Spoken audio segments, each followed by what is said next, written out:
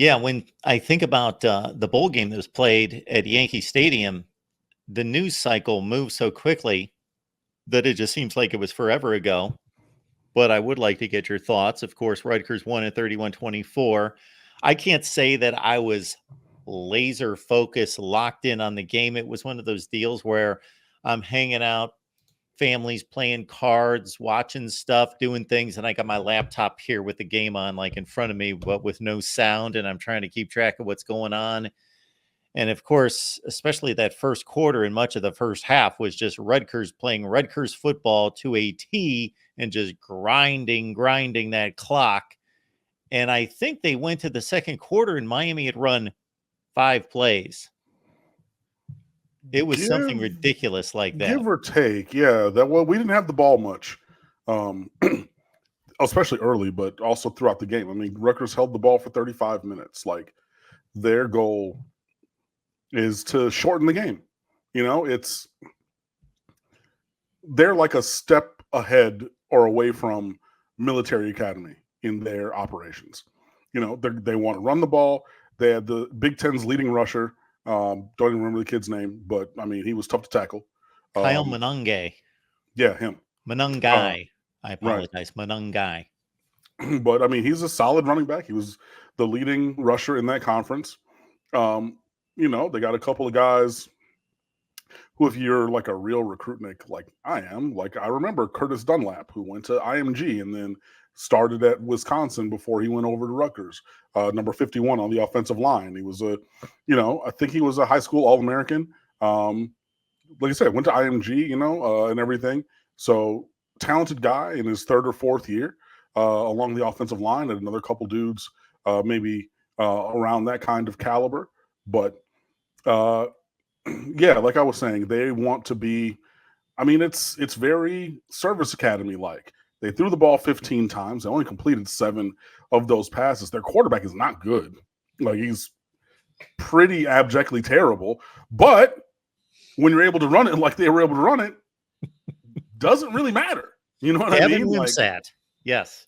Yeah, Gavin Wimsatt. Like, he's athletic. Like, he ran around a little bit and everything, but like, he's not very polished, in terms of demonstrable performance. But again, when you're running the ball for 5 and 6 yards a carry with your lead running back, and the backup also had similar per carry averages, even though the raw number was clearly lower because Monungai or whatever his name is ran the ball almost 30 times.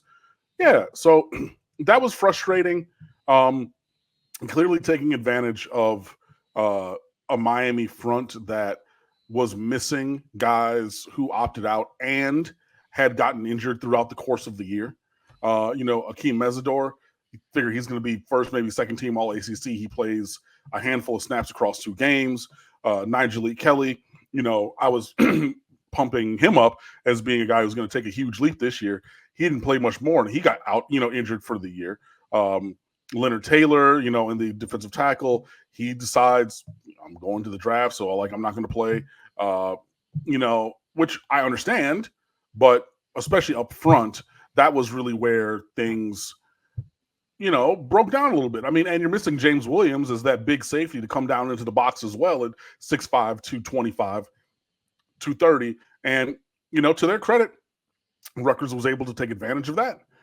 They were able to leverage some issues and turnovers into points. And Miami didn't have the explosiveness on offense that was needed on the other side. So, you put all that together and, you lose a game. But, I mean, it was – I mean, if you want to go the moral victory route, it was a touchdown game. I don't necessarily know you want to go the moral victory route against the 6-6 Rutgers. But, yeah, it had moments, but it also left much to be desired. I think you could talk about Jakari Brown in those same exact terms. But yeah, I mean, there were a couple of high notes. Ruben Bain was a monster. Francisco Mauanoa was a beast. Isaiah Horton stepping in for the now departed to Georgia Colby Young at the X receiver, 5 for 54, looking like he can take a step forward. Jared Harrison Hunt, 81 at defensive tackle, making plays. Dylan Joyce, pretty good day punting, when the blockers didn't decide to let them block one of his punts. And then Xavier Restrepo with a franchise, a program record 80 plus catches in a single season. So, again, there were some things to like. There were some things not to like, and including losing. But I'm going to ask you about your overall feelings about this type of situation before I get to a particular player that you mentioned, because a bowl game is just different than any other game. And at one point in our sports history, it was considered to be just more important than, well, actually, if you go way, way back, it was considered to be an exhibition game. The polls actually came out before the bowl game. And then it completely turned sometime in the 60s, 70s. It completely turned to be, I think, because of the massive TV audience and because these games were on TV and they were matching up the best brands across the country that never played each other. And suddenly they were the biggest games of the season. And now they've settled back down somewhere close to what they were prior to the television age. So take out Florida State, that's a rivalry game. Take out anything that you would deem as an extremely important game. Or if Miami's having the type season where, oh, wow, this is a big game suddenly because, hey, we're 7-1, we want to get to 8-1, or take out 2017, winning all those games in a row. Let's just say you're 5-3. The season's kind of lost, but you still want to have a decent season and a decent record. How does losing this game compare to losing to fill in the blank North Carolina in late October when you're 4-2? Infinitely less, infinitely lower. Oh, okay. Yeah, because like you're talking about, those games have consequence. Losing to North Carolina, that's a game that matters. This is an exhibition. You're already missing guys who were transferred out. Tyler Van Dyke at Wisconsin in a number 10 Badgers jersey on the sideline. You know what I mean? Like, there are guys. Let's say Colby Young. It's standing. He's not playing. In regards to, it counts on the record. It counts on the record, but no, it's not even. No, not even close. To me, maybe others would feel differently. Would I preferred to have gotten to 8 if we had beaten, taking that knee against Georgia Tech and you had the rest of the season go the same? You're 8-4 trying to get to 9. Yeah, I would have preferred that. But in terms of like if feeling like a needle in the throat or something, or, like a knife in the throat, no. I want to play well. I want to win. I see it for what it is at this point, especially in a mid-tier bowl game in a baseball stadium. Whatever.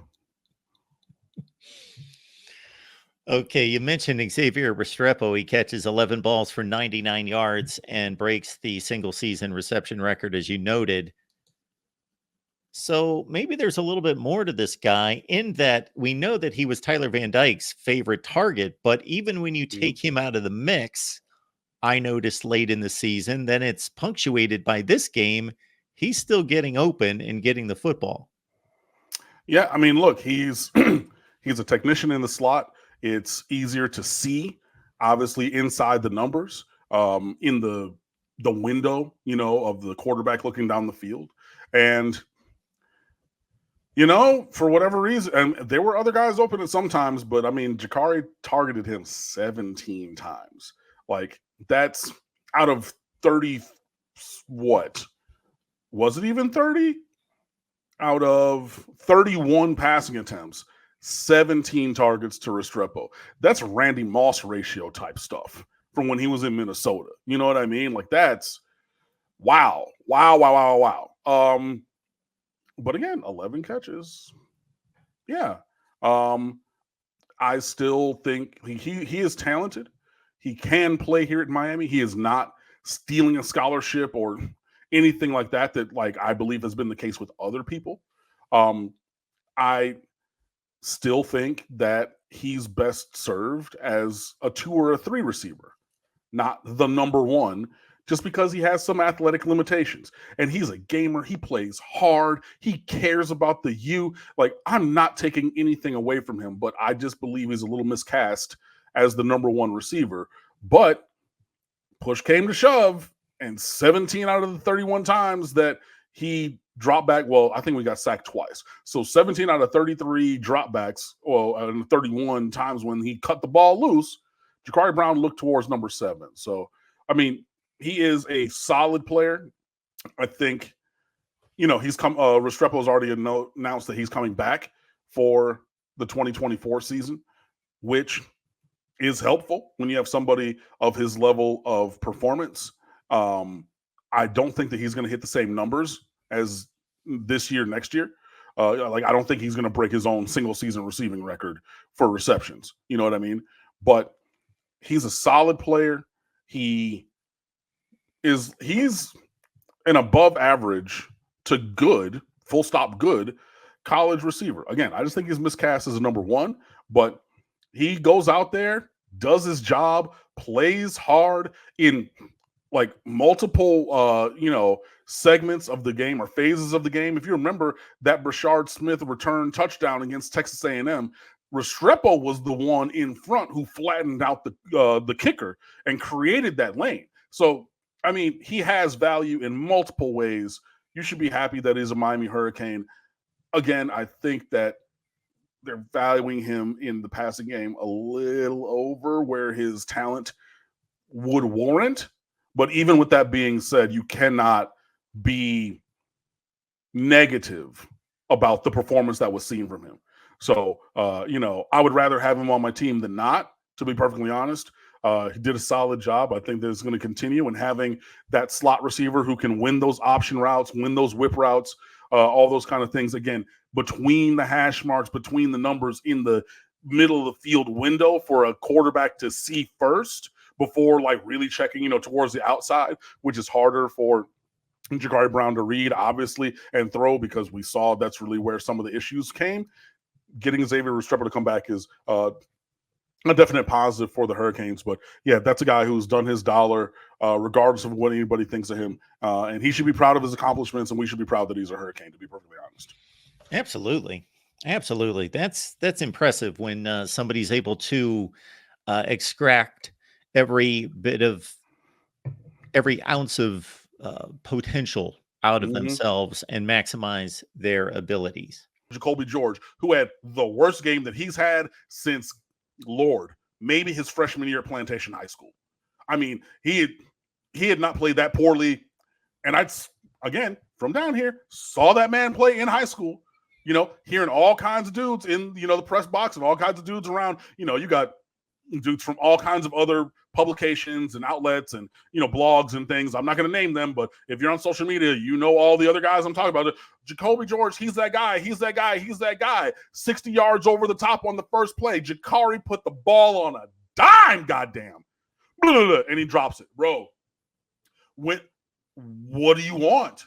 Because now we're not going to be able to go over the top anymore. That was the release valve shot that could have changed what we did and how we operated on offense. You're that dude now, right? You want to be that guy.